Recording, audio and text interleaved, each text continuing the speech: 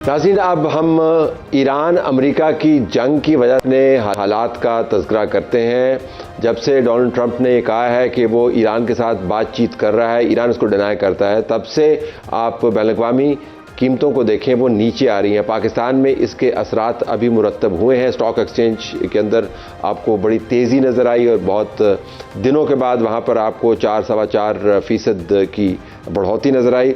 अभी हमें बताया जा रहा है कि रात के 12 बजे के करीब हुकूमत जब डेली फार्मूले के तहत ये प्राइसेस रिवाइज़ करेगी तो इस वक्त पेट्रोल जो 335 रुपये 18 पैसे और हाई स्पीड डीजल 383 रुपये 46% फ़ी लीटर है, हो सकता है कम हो जाए। हमारे पास मौजूद है मिफ्ताह इस्माइल, सेक्रेटरी जनरल अवाम पाकिस्तान पार्टी, साबिक वज़ीर ख़ज़ाना और इकनॉमिक एक्सपर्ट।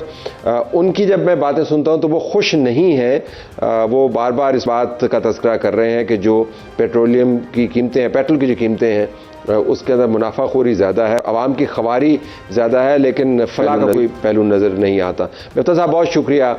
एक ये जो अभी आपको ट्रेंड नज़र आ रहा है डेली प्राइसिंग फार्मूला, आज शायद आवाम की एडवांटेज में जाए, तो पहले तो आपकी रिफ्लेक्शन जानना चाहूँगा इस हवाले से।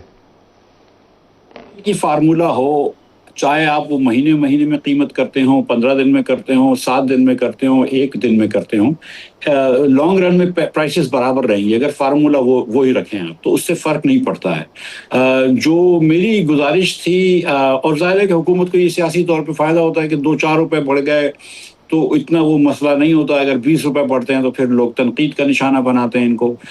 लेकिन जो हुकूमत जो कहती है कि हमने 1 दिन का इसलिए किया है कि हमको डीरेगुलेशन की तरफ जाना है, तो मेरी गुजारिश है कि उससे इसका कोई ताल्लुक नहीं है। आप 15 दिन से भी डायरेक्ट डीरेगुलेशन पे जा सकते थे, 7 दिन से भी जा सकते थे और 1 दिन से भी जा सकते हैं। डीरेगुलेशन का और इसका आपस में कोई लिंक नहीं है। जो मेरी गुजारिश है वो ये है कि देखें, पेट्रोल जो कराची पोर्ट पे पहुंचता है ना, तो 200 या 205 रुपए पर लीटर होता है। ये रिफाइंड पेट्रोल की मैं बात कर रहा हूँ। इंपोर्टेड रिफाइंड पेट्रोल जो है, मोटर गैसोलीन, वो 200-205 रुपए लीटर होता है। जब आपके गाड़ी तक पहुंचता है तो वो 340 रुपए हो जाता है, डीजल 380 रुपए हो जाता है।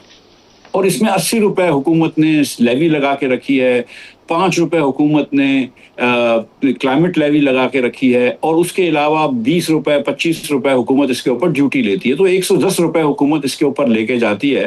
तो जो 200 रुपए की चीज पे हुकूमत 110 रुपए लेके जा रही है, वो 55% टैक्स लगा रही है उसके ऊपर। तो वो मैं समझता हूँ कि एक कोई मुनसिफाना फैसला नहीं है। अगर एक कोई साहिब सरवत मर्सिडीज बेंज खरीदता है गाड़ी, तो उसको 18% टैक्स है। अगर आप बहुत कोई शानदार घड़ी खरीदते हैं या कोई बड़ा वीडियो या कैमरा या जो भी चीज़ खरीदते हैं, पाकिस्तान में सेल टैक्स 18% है। अगर आपने लेवी का भी नाम देना है इसको, तो आपको रखना 18% चाहिए था, वो 40-50 रुपए होनी चाहिए थी। ये जो 110 रुपए आपने किए हैं, 120 रुपए जो आप ले रहे हैं, ये मेरे ख्याल से ज्यादती है उन मोटरसाइकिल वालों के ऊपर जो कि 60% पाकिस्तान का पेट्रोल इस्तेमाल करते हैं और रोज का 1 लीटर भरवाते हैं। ठीक है, आपका मैंने एक और भी बयान देखा जिसके अंदर आपने कंपनीज की मुनाफे का, मार्जिन का जिक्र किया, ऑयल मार्केटिंग कंपनियों का। आपके ख्याल में, और आपने कहा कि हुकूमतें हमेशा इन कंपनियों के साथ मुलाकड़ा नहीं करती हैं, इनके साथ हालात ठीक ही रखते हैं। 7.87% है पेट्रोलियम के अंदर 1 लीटर पेट्रोल में, और मैं हाई स्पीड डीजल का देख रहा था 7.87% वहाँ पर भी है। तो मार्जिन कोई इतना ज़्यादा तो नहीं है, लेकिन कंपनियों की पावर क्या है, मैं आपसे जानना चाहूँगा बतौर वज़ीर ख़ज़ाना। यू वुड नो, एक्स वज़ीर ख़ज़ाना, कि क्या पावर है इनकी, ये कौन लोग हैं, कैसे काम करते हैं? इस पे 2-3 गुजारिशात हैं सर। जब 7 मार्च को इन्होंने 15 दिन से 7 दिन किया था ना, तो उस वक्त आपने कंपनी से एक मुआहदा करा हुआ है जिसके तहत 15-15 दिन तक उनको एक प्राइस रखनी थी। तो कंपनीज बंधी हुई थी कि लेके 15 तारीख तक वो प्राइस में देंगे, क्योंकि उनके पास माल पीछे का था। आपने 7 तारीख को मार्च की जो प्राइस बढ़ा दी, वो आपने कंपनियों को 1 हफ्ते के लिए 20 अरब रुपए का मुनाफा दिया है लोगों की जेब से।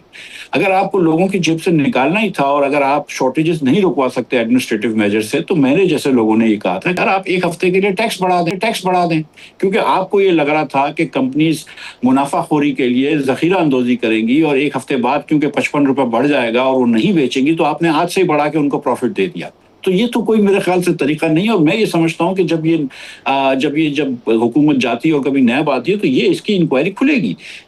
इस बार जब इन्होंने हफ्ते से एक दिन पे गए तो एकदम सही है, इन्होंने आखिरी दिन किया, जुम्मे के दिन से किया, उसमें कोई हर्ज नहीं है। वो चलो आपने मुआहिदा कंपनी का एग्रीमेंट पूरा हुआ वो कर लिया।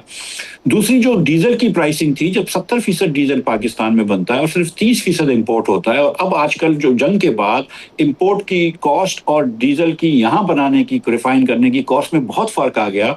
तो मुझ जैसे लोग जो थे वो एक महीने तक इनको कहते रहे कि देखो भाई, आप डीजल की कॉस्ट पे दे दो, जो रिफाइनरीज को कॉस्ट आ रहा है उस पर कोई मुनाफा दे दो, उनको सारे के सारे डीजल को इंपोर्टेड कॉस्ट पे ना बेचो, ये इंपोर्टेड प्राइस पे ना बेचो, ये मुनाफा एक्स्ट्रा जा रहा है रिफाइनरीज को। एक महीना मेरी बात को रेजिस्ट करते रहे और फिर उसके बाद कंपनीज ने 75 अरब रुपया एक महीने में कमाया और ये प्राइम मिनिस्टर ने अब नोटिस लिया है। लेकिन जब मिफ्ता इस्माइल ये कह रहा था तो हर वजीर जो है वो अब मेरी बात से डिसएग्री कर रहा था, झुटला रहा था। तो आपके ख्याल में निकम्मापन है या कनाइवेंस है या क्या है? सब मेरे ख्याल से देखें, जो 7 मार्च को फैसला इन्होंने फरमाया था अचानक देने का, इतना निकम्मा कोई नहीं होता, ठीक है, ये निकम्मापन नहीं था, ये गलती थी। अब ये गलती जो थी वो जानबूझ के की गई और कि आपने 20 अरब रुपया कंपनीज को दे दिया लोगों की जेब पे डाका मार के, या आपने सचमुच मतलब किसी कॉन्फ्लिक्ट ऑफ इंटरेस्ट के बगैर गलती की, ये तो बाद में पता चलेगा।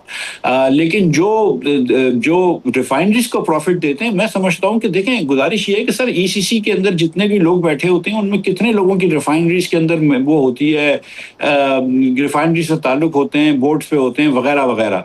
और आम जो पाकिस्तानी डीजल भरवाता है, ट्रक ड्राइवर या जो ट्रांसपोर्टर जो हायर करता है, उसके कितनी से है, तो वो भी आप देख सकते हैं। मेरे ख्याल से अब प्राइम मिनिस्टर साहब ने इंक्वायरी खुद कही की है करने की, अगर मेरी बात पहले मान लेते तो शायद ये गलती ना होती।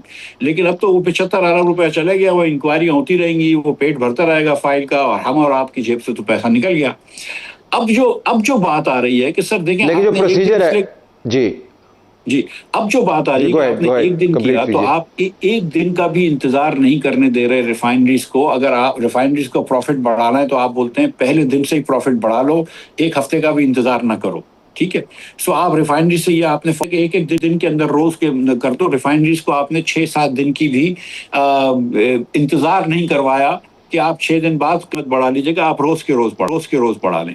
अब मेरी इस्तदा इसमें यह है कि हुकूमत के टैक्सेस भी हुकूमत देख सकती है ना, अगर आपने इतनी कीमत बढ़ गई है तो हुकूमत एक तो टैक्स भी देख सकती है, और दूसरा ये कि ऐसी क्या आफत है कि हिंदुस्तान और बांग्लादेश में पेट्रोल भी हमसे सस्ता है, बिजली भी हमसे सस्ती है, गैस भी हमसे सस्ती है, इंटरेस्ट रेट्स भी हमसे कम हैं, शरह सूद भी हमसे कम है, इन्फ्लेशन रेट भी हमसे कम है, ये गंदुम भी हमसे कम है। ये क्या वजह है कि हमारी हुक्मरानी तो जाहिर है शहबाज शरीफ साहब की हुक्मरानी तो बहुत अच्छी है, तो इतनी अच्छी हुक्मरानी के बावजूद ये सारे स्टेटिस्टिक्स में हम लैग क्यों कर रहे हैं? ये मेरे लिए एक जो है ना वो एक, अगर एक हिंदी वर्ड इस्तेमाल करने की इजाजत दें तो एक समस्या है जो मुझे समझ में नहीं आ रही है।